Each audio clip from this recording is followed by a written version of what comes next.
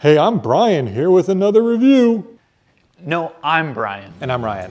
Here with Revant Optics to talk about Leupold's performance eyewear.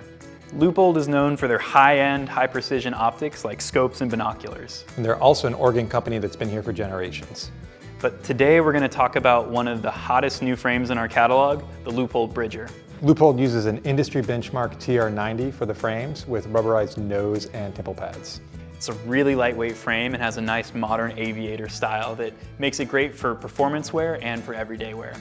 Leupold offers these frames with 5 different lenses tailored for hunting, fishing, and shooting, but if you need more than that, we've got plenty of options on the site that are great for all kinds of conditions or to upgrade your look.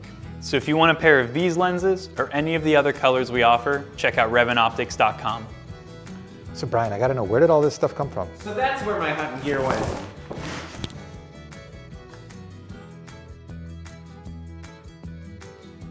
We cut out a pair of fire red lenses that I think will make this frame really cool. That wasn't it. That was not it. No, it could be. It could be.